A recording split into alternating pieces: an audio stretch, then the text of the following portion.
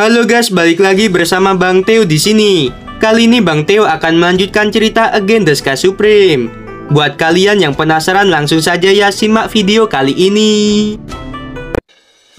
Puluhan ribu murid yang berada di sekitar arena hidup dan mati.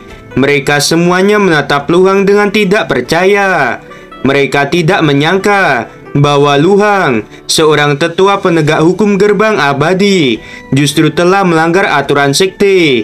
Itu merupakan kejahatan yang besar.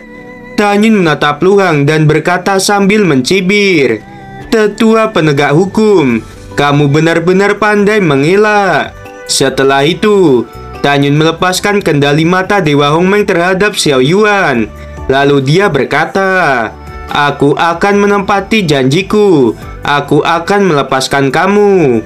Setelah itu, Tanyun melesat dan menjauh dari arena hidup dan mati. Xiao Yuan yang tidak tahu apa yang telah terjadi. Dia hanya tahu bahwa Tanyun telah mengampuni dirinya. Wajah Luhang tampak muram dan berkata dengan marah, "Aku akan menghabisimu, murid yang telah mengkhianati gurumu sendiri."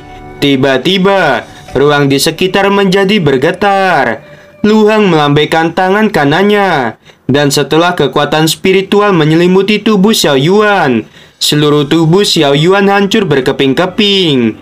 Dengan menghabisi Xiao Yuan, tidak akan ada bukti bahwa dia salah satu orang yang telah mengincar Tanyun. Luhang berkata, "Tanyun, aku minta kamu berhenti." Sosok Luhang melintas dan muncul untuk menghalangi Tanyun. Luhang berkata, "Kamu baru saja menggunakan cara yang kejam untuk memaksa Xiao Yuan mengatakan hal seperti itu. Sekarang, tetua ini akan membawamu untuk diselidiki." Tanyun dengan tenang berkata, "Tetua penegak hukum, aku dengan hormat mengingatkan kamu bahwa aku memiliki masalah serius yang harus ditangani, dan aku tidak ingin berurusan denganmu. Tetua penegak hukum, kamu mengirim seseorang untuk menghabisi aku, tetua kedua, dan kepala divisi berjasa." Tanpa menunggu Tanyun selesai berbicara, Luhang berkata, "Kamu bocah sialan, berani mengatakan hal seperti itu di depan semua orang dan memfitnah tetua ini. Sekarang aku memberimu dua pilihan. Ikuti tetua ini kembali ke aula penegak hukum, atau tetua ini akan menghabisimu di tempat." Mendengarkan hal itu, Tanyun menjadi panik dan berkata, "Tetua penegak hukum, aku akan pergi denganmu. Aku percaya kamu tidak akan berani melakukan sesuatu padaku." Luhang berkata, "Berhenti bicara omong kosong." Dengan lambaian tangan Luhang, seutas tali panjang yang merupakan senjata suk terhormat tingkat menengah yang seperti ular piton melilit tubuh Tanyun. Luhang dengan dingin menatap semua murid dan berkata, "Tanyun memfitnah tetua ini, jadi aku secara alami akan membawanya. Jika kalian berani menyebarkan tentang masalah hari ini, tetua ini tidak akan pernah mengampuni kalian." Setelah itu, Luhang meraih tali dan melompat ke udara. Dia membawa Tanyun yang diikat menuju aula penegak hukum yang berada di 50 mil sebelah timur laut kota gerbang abadi. Setelah Luhang membawa Tanyun terbang, puluhan ribu murid percaya bahwa Tanyun pasti akan mati. Meskipun mereka percaya bahwa Tanyun akan segera mati, tetapi adegan di mana Tanyun menghabisi 26 murid jenius di alam pemurnian jiwa tingkat sempurna masih melekat di pikiran semua murid. Setelah beberapa saat, Luhang dan Tanyun sampai di aula penegak hukum. Luhang membawa Tanyun masuk ke aula, dan pintu aula ditutup dengan rapat. Luhang mengatur penghalang kedap suara, lalu dia dengan keras melemparkan Tanyun ke dinding. Pada saat ini, wajah Luhang terlihat ganas, lalu dia berkata, "Dasar bocah sialan, tahukah kamu bahwa tetua penegak hukum gerbang dalam adalah murid yang paling aku sayangi? Karena kamu, muridku dihabisi di depan umum oleh kepala sekte. Sejak saat itu, aku memutuskan untuk membuatmu membayar semua hal itu." Luhang tertawa, lalu dia berkata lagi, "Tan Yun, kamu memang benar bahwa aku yang meminta Xiao Yuan untuk menghabisimu. Sekarang kamu berada di tanganku. Aku akan menghabisimu dan menghancurkan tubuhmu. Setelah itu, aku akan meminum pil untuk menghapus ingatanku. Jadi tidak akan ada orang yang curiga bahwa kamu mati di tanganku." Tiba-tiba, Luhang berhenti tertawa. Dia melihat Tan Yun yang sedang memandang dirinya dengan tatapan yang aneh. Tan Yun tertawa dan berkata, "Tetua penegak hukum, kamu harus menghabisiku dengan cepat. Jika aku tidak mati, aku pasti akan menunjukkan gambar ingatanku saat ini pada semua orang. Biarkan semua orang tahu bahwa kamu adalah orang tua yang tercela. Kepala sekte tidak akan melepaskan orang seperti dirimu.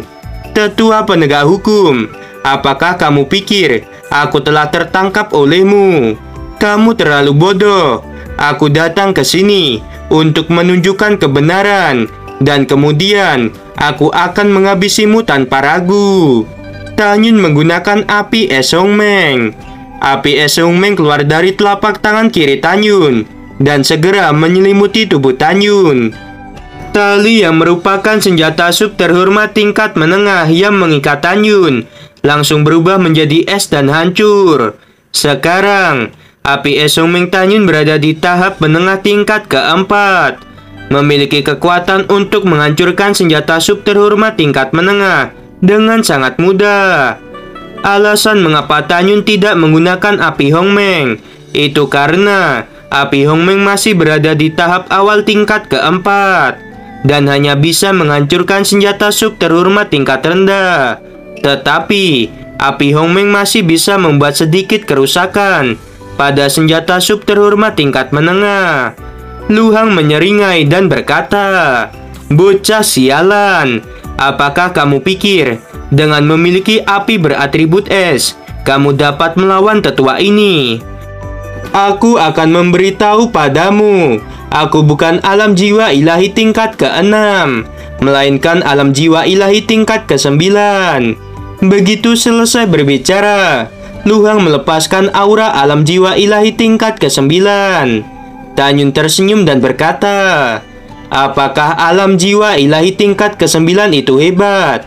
Dasar orang tua sialan, kamu akan segera mati." Tan Yun tertawa dan berkata lagi, "Kera tua, cepat habisi dia."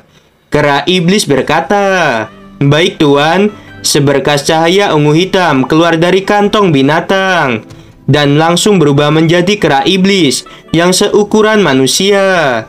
Kera iblis melayang di udara dan langsung mengayunkan tongkatnya ke arah kepala Luhang.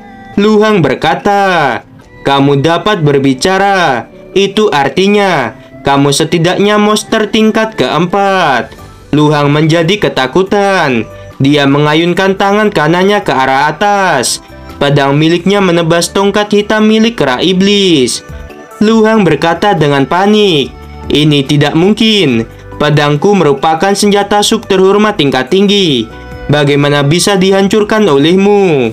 Kera iblis menghancurkan pedang Luhang dengan satu pukulan, dan tongkat hitamnya menghantam kepalanya.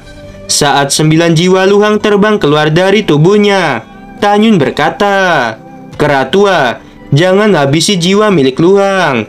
Aku sangat membutuhkannya." Kera iblis berkata, "Baik tuan." Segera, tubuh kera iblis mengeluarkan kekuatan spiritual berwarna hitam dan menyelimuti 9 jiwa Luhang yang ingin melarikan diri keluar aula. Tiba-tiba, 9 jiwa itu tidak bisa bergerak. Jiwa Luhang berkata, "Tan Yun, tolong lepaskan aku. Beri aku jalan keluar dan biarkan jiwaku ini pergi. Tan Yun, aku bersumpah akan meninggalkan sekte suci Huangfu di masa depan dan tidak akan pernah menjadi musuhmu." Tan Yun mengabaikan kata-kata Luhang. Kera iblis menghancurkan 8 jiwa milik Luhang dan hanya menyisakan 1 jiwa saja. Jiwa Luhang yang tersisa berkata, "Tan Yun, Aku mohon, tidak mudah bagiku untuk berkultivasi selama ratusan tahun dan mencapai alam jiwa ilahi tingkat ke-9. Maafkan aku, beri aku kesempatan untuk menjadi manusia sekali lagi. Tanyun berkata, apa? Memberimu kesempatan untuk menjadi manusia kembali? Kamu benar-benar tidak tahu malu. Jika tidak ada kera tua ini, kamu pasti sudah menghabisiku. Dan sekarang, kamu memohon padaku untuk memberimu kesempatan. Orang tua sialan, apakah kamu pikir aku akan memenuhi keinginanmu? Ketika Luhang melihat bahwa kematiannya sudah dekat, dia ingin mengatakan sesuatu. Tetapi Tanyun menggunakan mata Dewa Hongmeng untuk mengendalikan jiwa Luhang. Tanyun bertanya, katakan, di mana semua batu roh milikmu?